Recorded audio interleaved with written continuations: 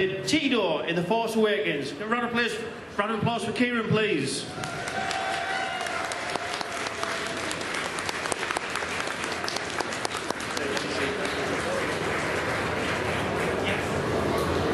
Next up we have Brian Vernel, who played Bala. Round of applause for Brian, please.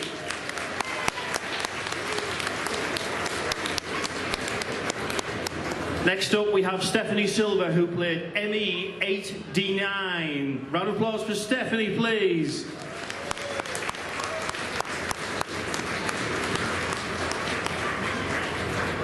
And last but definitely not least, we have Nat Cuzner, who played PZ4CO. Round of applause for Nat, please.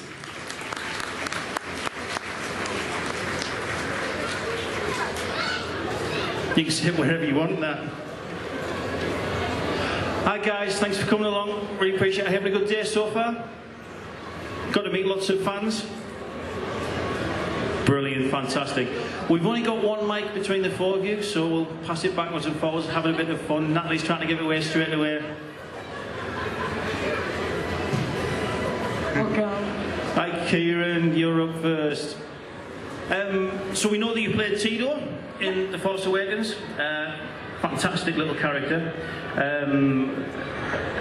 How did you actually get approached to appear in The Force Awakens? Well, what happened was I was working on The Hobbit in New Zealand, and I was just finishing, and I came back to London and found out that was Neil Scandler was going to do the creatures. So I rang him up, and he rang me back within seconds and went, "Right, Kiran, so you're not going anywhere now, not traveling any further than London now. You're going to be in London for next few years now? Yes. You want in? Yes. And that's how I got into number 7. That's fantastic. It's great that The Force Awakens has been filmed in the UK, because the prequels were filmed overseas, because it means there's a lot of UK actors actually going to be in the next few films, so we have lots of panels like this. It's really good to see you guys. One of the normal questions we ask the older generation is, you know, did you know Star Wars was going to be so big? We all knew The Force Awakens was going to be massive no matter what happened. How did it feel to be involved in such a massive project? I mean, I have been very, very lucky in my life that I've done a lot of big things. And to come back and go back into the Star Wars was one of the best things I think that has happened for everyone in UK. I think without Star Wars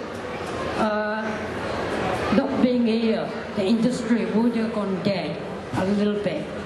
But Star Wars has taken over Panel Studios, Sepperton, and it's keeping a lot of people busy. So in that sense, that our industry, especially the film industry, has gone really high up because of the Star Wars. Have you got any roles in any future films? Like everyone else, you guys have to find out, look at the credit in the movie and find out whether I'm in it or not. Thank you very much. Brian. Hi.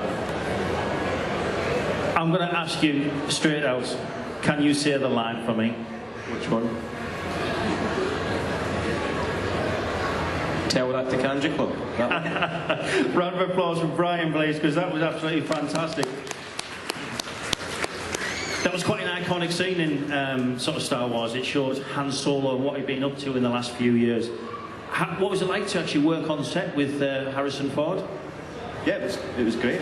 He's a really nice guy and full of energy. Even though he'd just broken his leg, he was still throwing stuntmen about and diving about set and stuff like that. Yeah, he was really cool and I learned a lot from him, yeah. So he was actually on a broken leg as he was filming that scene with you? No, well, he broke it like 3 weeks or something before we shot it. And then it got pushed back, and then, yeah, he was up on his feet again. He's a soldier, man. So did the scene change any because of the broken leg? Did he have to be static or anything? Nah, he was still just going for it. Yeah. Your character, Bala, absolutely fantastic, Guavian Death Squad negotiator. How much do you know about the background of your character? How much did I know, or how much? How much did you know? How much do you know?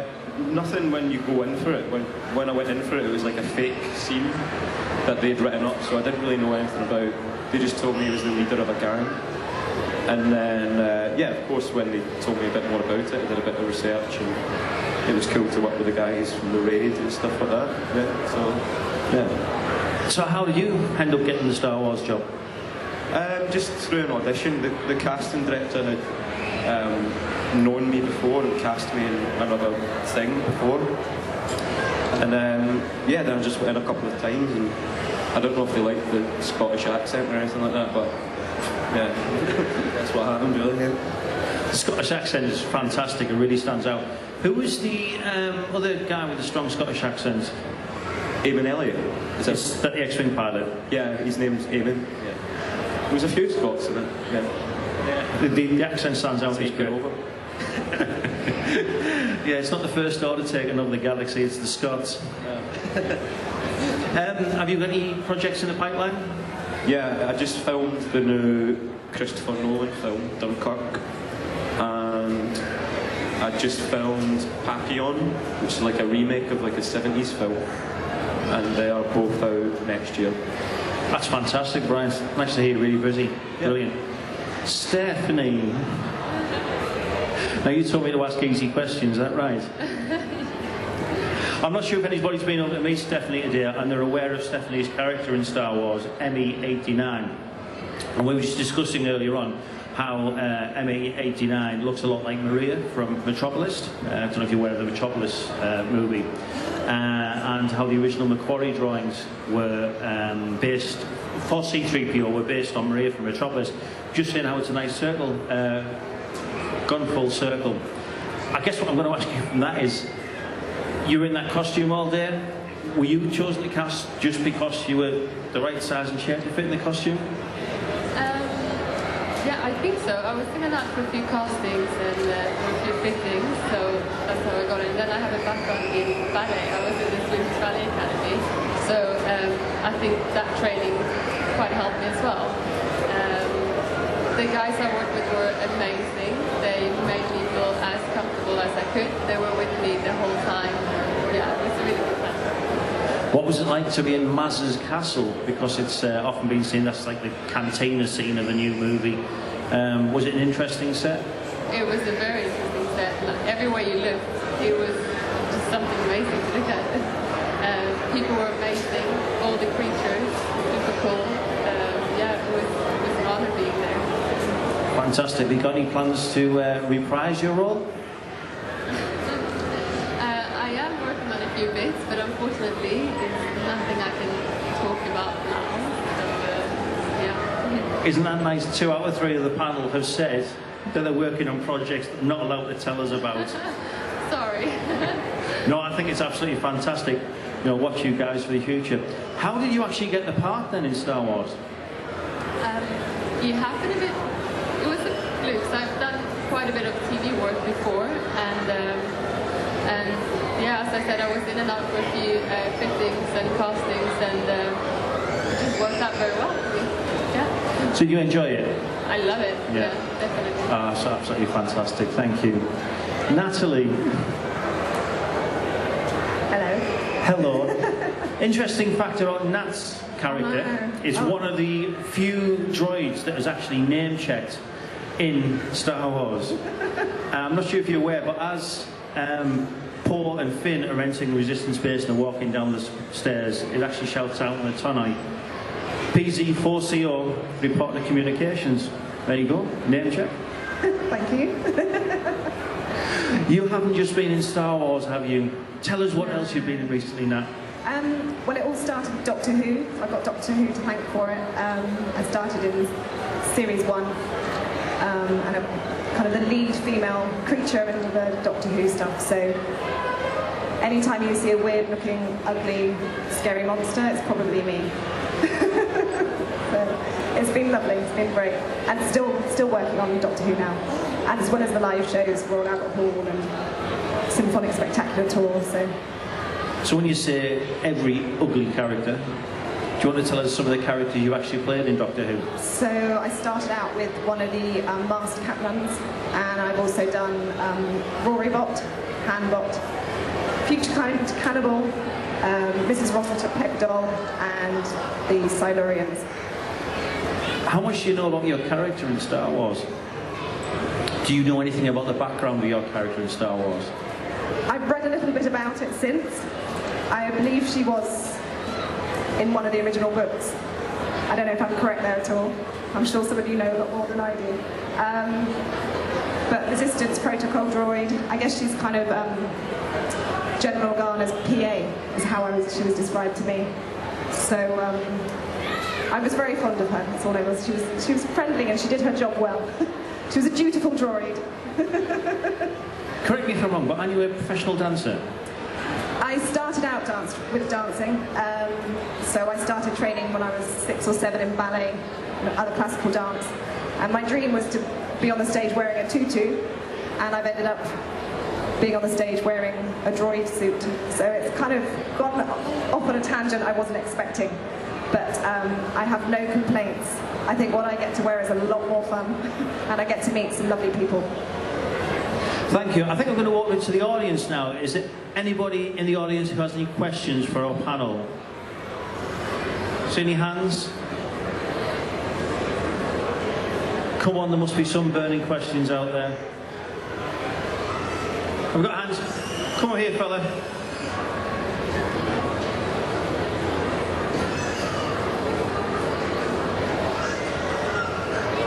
Have you got any tips about like just becoming an actor? So have you got any tips about becoming an actor? Throw to Brian. Yeah. Well, there's loads of routes to become an actor. I went to a drama college or drama school, and there's a few of them around the country, and you can apply when you're like 18 years old or something like that. And that's like a basis in theatre training, and they teach you how to act for camera and stuff like that. But also, because of the way things are now, if you get really good at making your own films and stuff like that, going through that route, you need to think about if you enjoy being on stage or if you enjoy working with cameras or films and TV. But yeah, and you have to work hard, and yeah, I'm sure you can do it. Got a good look, man. Go for it, basically. Do you have any other questions? Kylo Ren here.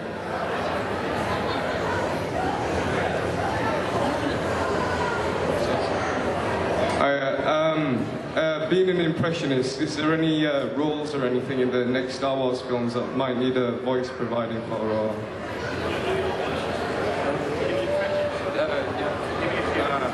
I can do Chewbacca. Good. That's brilliant.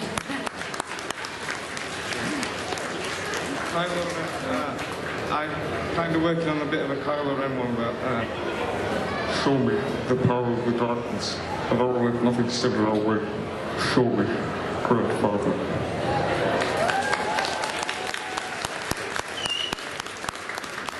So guys, this guy's a bit of an impressionist. Do you think there's any openings? Can you do, Brian, can you do Bala? I've been asked, Nat asked me to ask you if you can do an impression of Bala.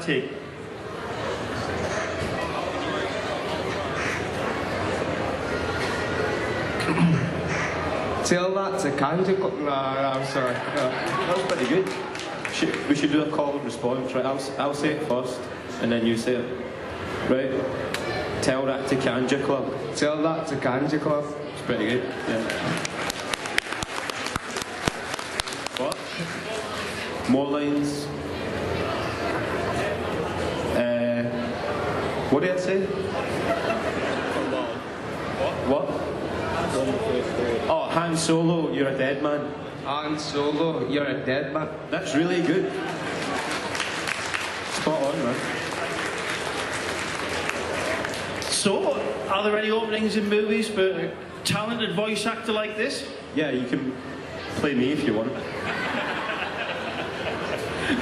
So in future films you're going to play a young Bala. Mind you, not much younger than Brian, are you? Yeah, don't steal all my work though. Just take it easy, okay? Thank you very much. Do we have any more questions? Let's see some hands. Oh, we got a fella here. Come forward, young chap.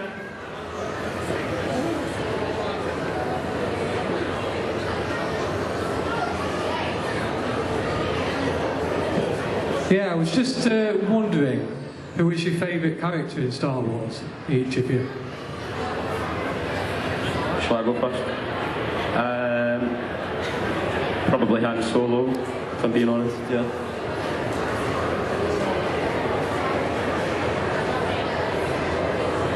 Teedo.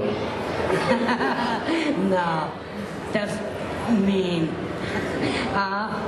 My favorite would be, I think, the android, R2D2. Simple, no dialogue, just walking about, turning back, easy. Steph? Well, except Emmy, I'd say Chewbacca. Chewbacca, fantastic. You, Nat? I'd have to say C-3PO now, because I met Anthony Daniels a lot. Not that I knew it to start with, because I still had my head on. So this chap started talking to me about the walk I was doing in rehearsal. And I couldn't see who it was, because he didn't have much vision in the suit. And he spent a lot of time with me working on my walk, and being very helpful. And it was only later on that I realised that it was Anthony Daniels. He was such a charming man and fantastic to work with, and we used to eat a lot of cake together. So I kind of like C-3PO because of who I know is inside. Does that count? That counts. That's all right, C-3PO. Bit of a mentor, but of a role model. Thank you very much. Do we have any more questions?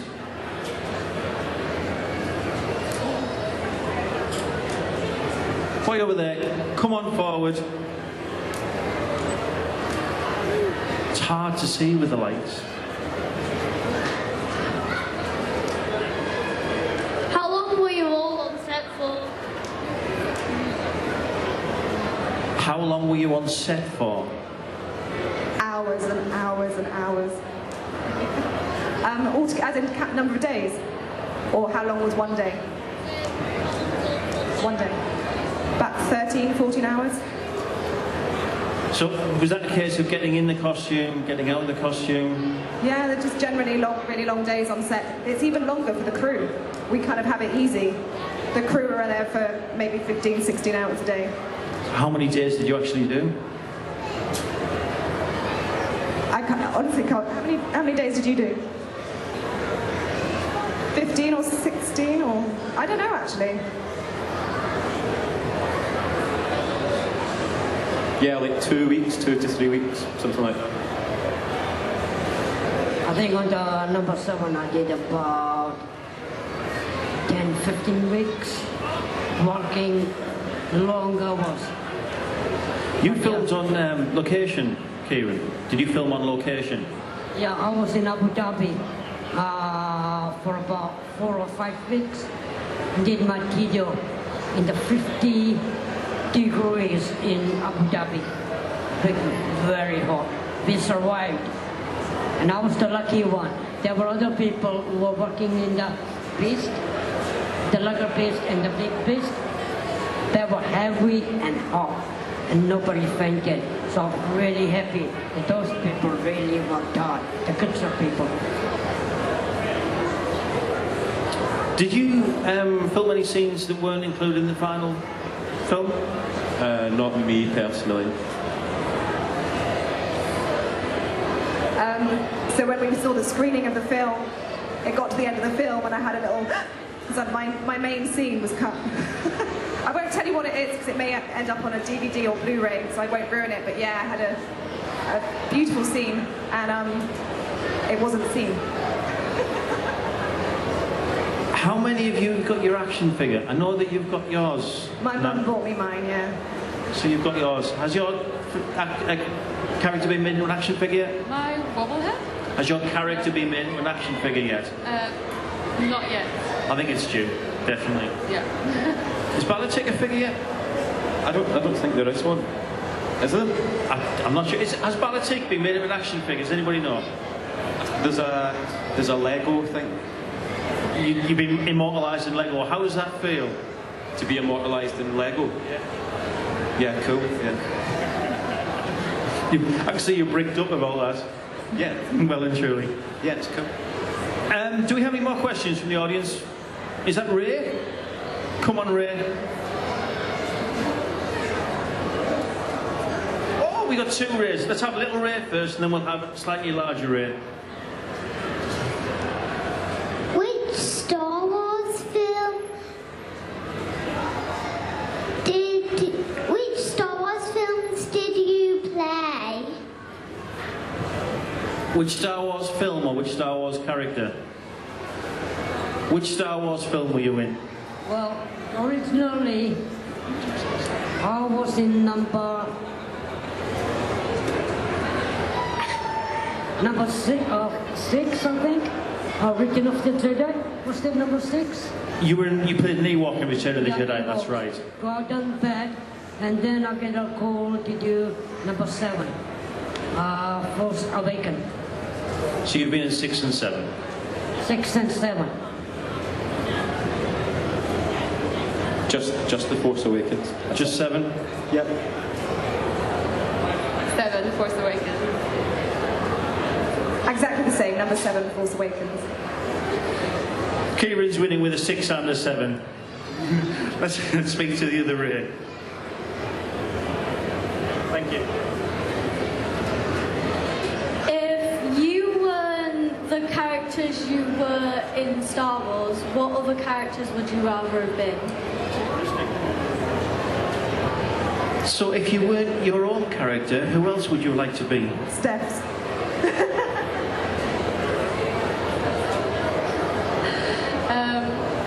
Chewbacca, but I don't think I'm tall enough.